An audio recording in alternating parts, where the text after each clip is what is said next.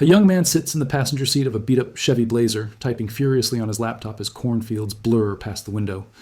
It's 1994, and Jeff Bezos is about to create something that will change the world forever. But here's the twist nobody saw coming.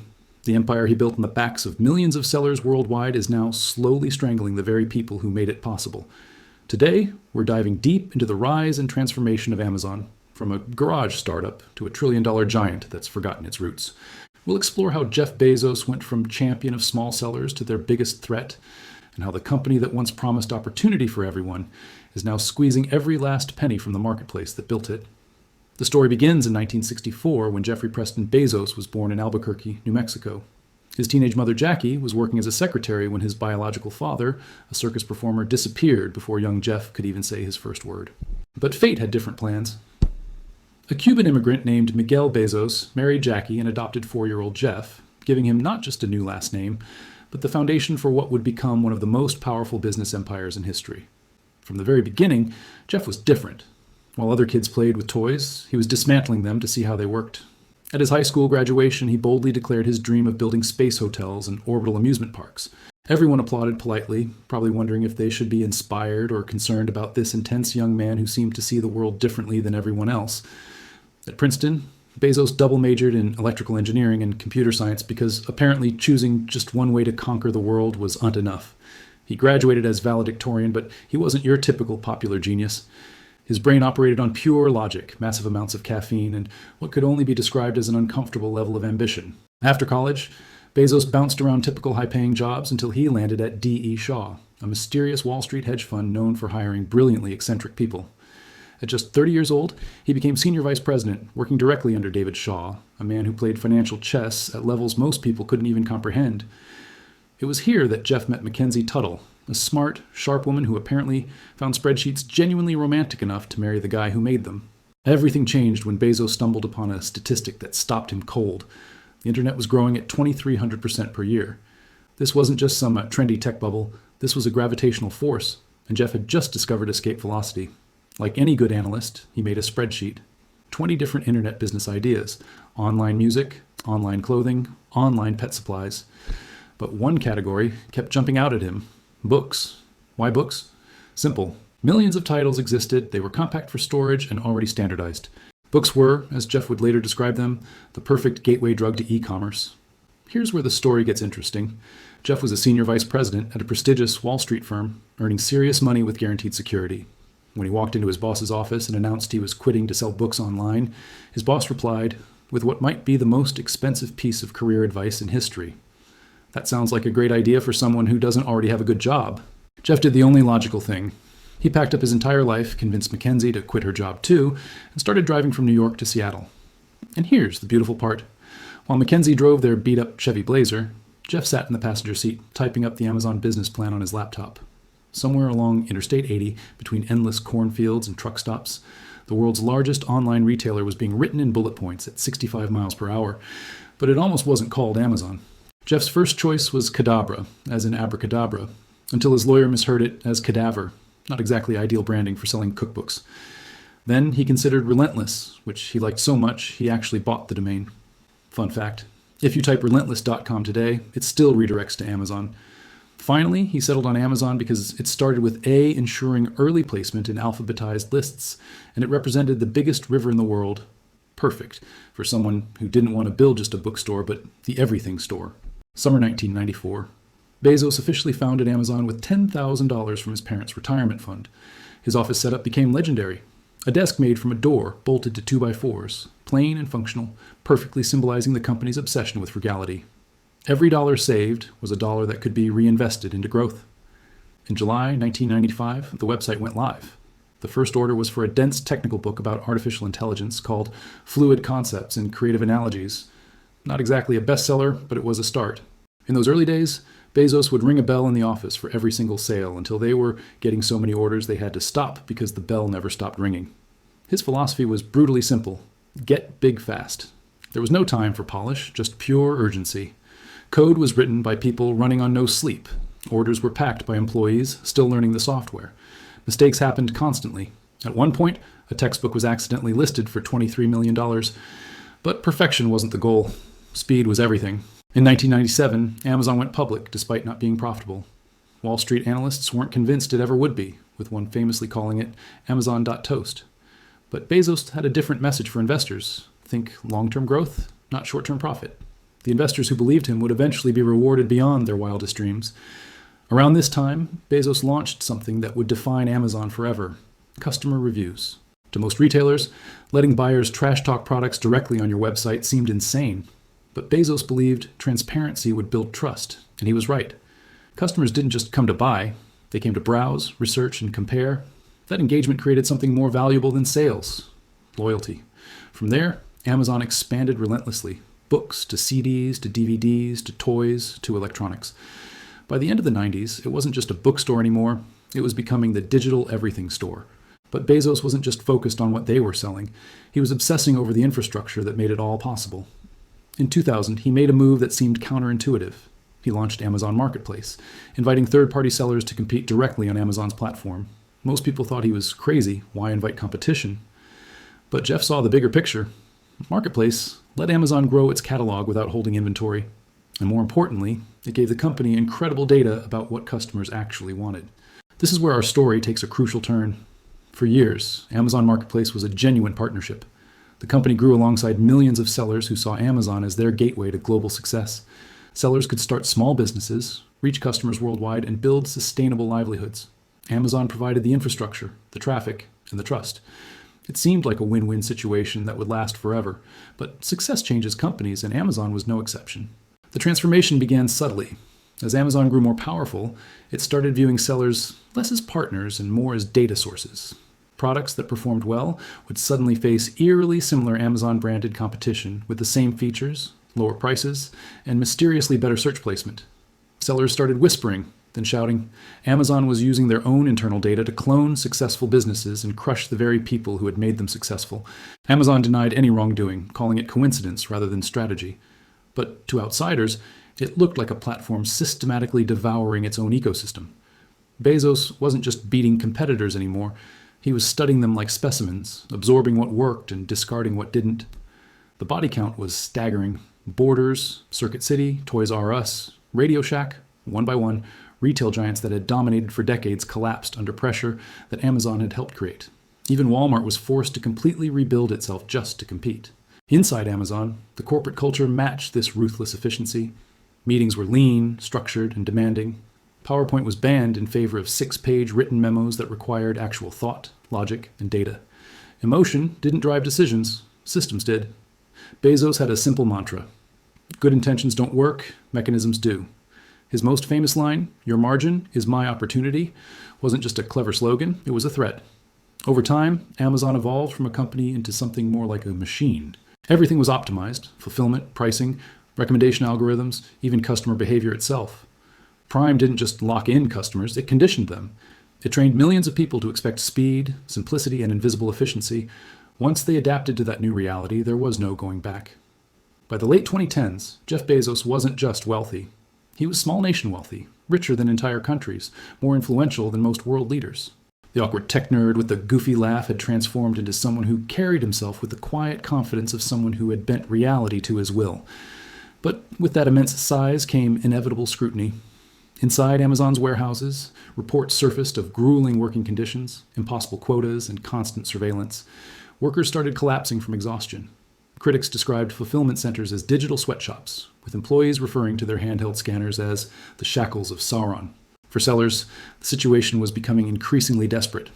Amazon began introducing new fees seemingly every month: long-term storage fees, removal fees, high-volume listing fees, referral fee increases. Each new charge ate into already thin margins, forcing sellers to raise prices or accept lower profits. But the real betrayal was yet to come. As international competitors like Temu and Shein began capturing significant market share with their ultra-low prices, Amazon faced a choice: compete on price and sacrifice profits, or find new ways to maintain profitability. They chose the latter, and sellers would pay the price. Amazon's response was swift and brutal.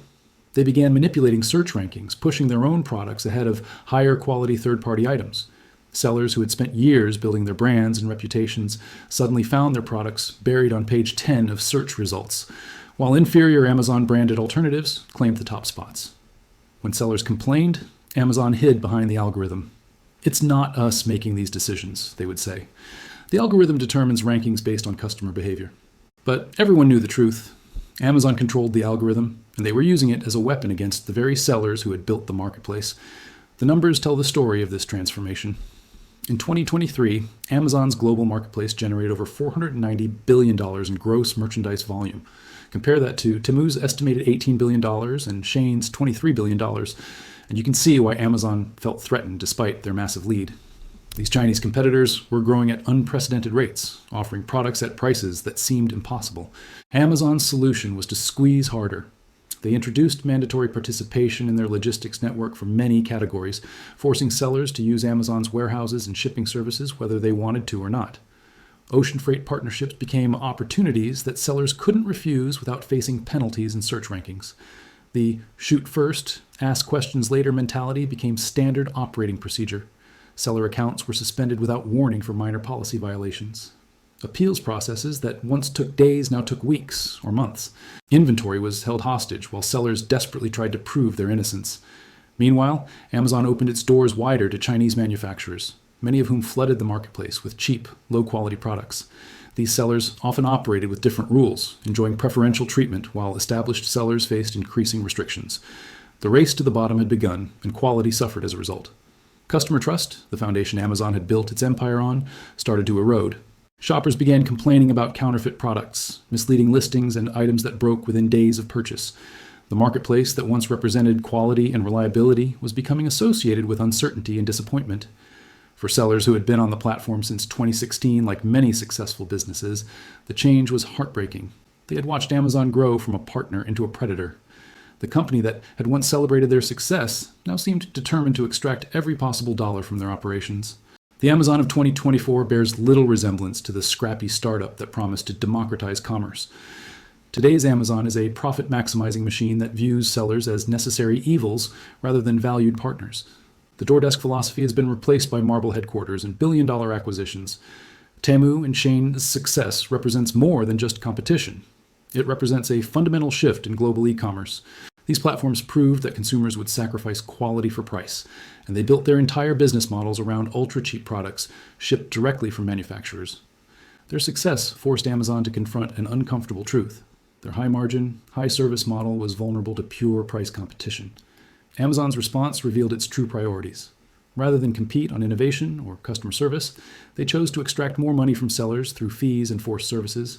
Rather than maintain the quality standards that had built customer trust, they allowed the marketplace to be flooded with inferior products that generated short-term profits. The logistics monopoly became Amazon's new weapon. By forcing sellers to use Amazon's shipping and warehousing services, they created a captive market that generated billions in additional revenue. Sellers who refused found their products buried in search results, effectively making participation mandatory for anyone serious about succeeding on the platform. This strategy worked brilliantly for Amazon's bottom line. Their logistics services now generate over $100 billion annually, representing one of their fastest-growing revenue streams. But for sellers, it meant losing control over their own businesses while paying ever-increasing fees for the privilege. The human cost of this transformation is enormous.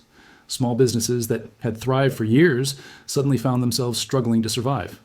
Entrepreneurs who had built their dreams on Amazon's platform watched helplessly as algorithm changes destroyed their livelihoods overnight. The irony is bitter. Amazon succeeded by promising unlimited selection, low prices, and fast delivery, but their current practices are actually reducing selection by forcing out quality sellers, increasing prices through hidden fees, and slowing innovation by favoring their own mediocre products over superior alternatives. Jeff Bezos, meanwhile, has largely escaped accountability by stepping down as CEO and focusing on space exploration through Blue Origin. He left behind a machine that operates according to his principles, but without his direct oversight. The new leadership continues his extraction-focused approach, while he literally shoots for the stars. Today's Amazon marketplace is a shadow of what it once promised to be. Instead of empowering small businesses, it's crushing them. Instead of offering customers the best products, it's prioritizing the most profitable ones. Instead of building long-term partnerships, it's maximizing short-term extraction. The sellers who remain face an impossible choice: accept Amazon is increasingly onerous terms or lose access to the largest e-commerce platform in the world. Most choose to stay and suffer, hoping things will improve while watching their margins disappear and their businesses become increasingly unsustainable. The Chinese invasion of Amazon's marketplace represents the final betrayal. By allowing low-quality products to flood the platform while simultaneously making it harder for established sellers to compete, Amazon has fundamentally changed what its marketplace represents. Quality has become secondary to quantity, and customer satisfaction has become secondary to corporate profits. The algorithm that once rewarded good products and good sellers now rewards products that generate the highest fees for Amazon. Sellers report that their best-selling, highest-rated products are being systematically buried in favor of inferior alternatives that participate more fully in Amazon's fee ecosystem. This transformation has created a vicious cycle. As quality products become harder to find, customers lose trust in the platform. As customers lose trust, they're more likely to choose based purely on price rather than quality. As price becomes the primary factor, low-quality products gain even more advantage, further degrading the overall marketplace experience. For sellers, the message is clear. You're not partners, you're profit centers. Every aspect of your business, from storage to shipping to advertising, must generate revenue for Amazon, or you'll be pushed aside for someone who will pay more. The platform that once promised opportunity now demands tribute. The most tragic aspect of this story is how unnecessary it all was. Amazon was already incredibly profitable and growing rapidly. They didn't need to squeeze sellers to maintain their success. But Wall Street demands ever-increasing profits, and extracting money from captive sellers was easier than truly innovating or competing. The comparison to Temu and Shein reveals Amazon's true priorities. These competitors succeeded by focusing on what customers actually want: low prices and acceptable quality. Amazon could have competed by improving efficiency, reducing their own costs, or innovating new services. Instead, they chose to maintain their high margins by extracting more money from sellers. This approach works in the short term but creates long-term vulnerabilities. As seller costs increase and product quality decreases, Amazon becomes less attractive to both buyers and sellers. Competitors who offer better terms or better experiences will eventually win market share, just as Amazon once did to established retailers. The irony is that Jeff Bezos understood this principle perfectly when building Amazon. He focused relentlessly on customer satisfaction and long-term growth, rather than short-term profits. Today's Amazon has forgotten those lessons, prioritizing extraction over innovation and control over partnership. For the millions of sellers who built their businesses on Amazon's platform, the message is sobering. The company you helped create no longer values your partnership. You're now viewed as a necessary component in a profit-maximizing machine, valuable only as long as you generate sufficient revenue for the platform. The boy who once dreamed of space hotels and orbital amusement parks built something far more terrestrial, but equally ambitious: a machine that could extract wealth from millions of small businesses while maintaining the appearance of providing opportunity. It's a masterpiece of corporate engineering, but it's also a betrayal of everything Amazon once claimed to represent. As Jeff Bezos turns his attention to the stars, the earthbound businesses that built his empire are left to navigate an increasingly hostile environment. The garage where Amazon began represented hope, innovation, and partnership. Today's Amazon represents extraction, control, and the gradual strangulation of the very ecosystem that made its success possible. The story of Amazon is ultimately the story of how success can corrupt even the most inspiring visions. What began as a democratizing force in commerce has become a monopolistic machine that prioritizes its own profits over the success of its partners. The revolution has become the establishment, and the establishment has forgotten why the revolution was necessary in the first place. For sellers still trying to succeed on Amazon's platform, the lesson is clear: adapt or die, but don't expect loyalty or fairness in return. The company that once celebrated your success now views it as an opportunity for extraction. The platform that once promised partnership now demands submission. And somewhere in space, Jeff Bezos is building rockets, perhaps dreaming of a time when commerce wasn't bound by the limitations of a single planet or the demands of quarterly earnings reports. But the machine he left behind continues running according to his principles, extracting maximum value from minimum investment in human relationships. The secrets of Jeff Bezos and Amazon are ultimately quite simple. Build something people need, scale it ruthlessly, and never let sentiment interfere with profit maximization. The complexity comes in executing this vision while maintaining the appearance of benevolence and partnership. In that regard, Amazon has been masterfully successful, even as the reality of their operations tells a very different story than their marketing messages. The empire Bezos built will likely continue growing and evolving, but the cost of that growth is becoming increasingly clear to those who pay it. The sellers, the workers, the small businesses, and ultimately the customers who thought they were benefiting from Amazon's success are slowly realizing they may have been paying for it all along. This is just one piece of the bigger picture.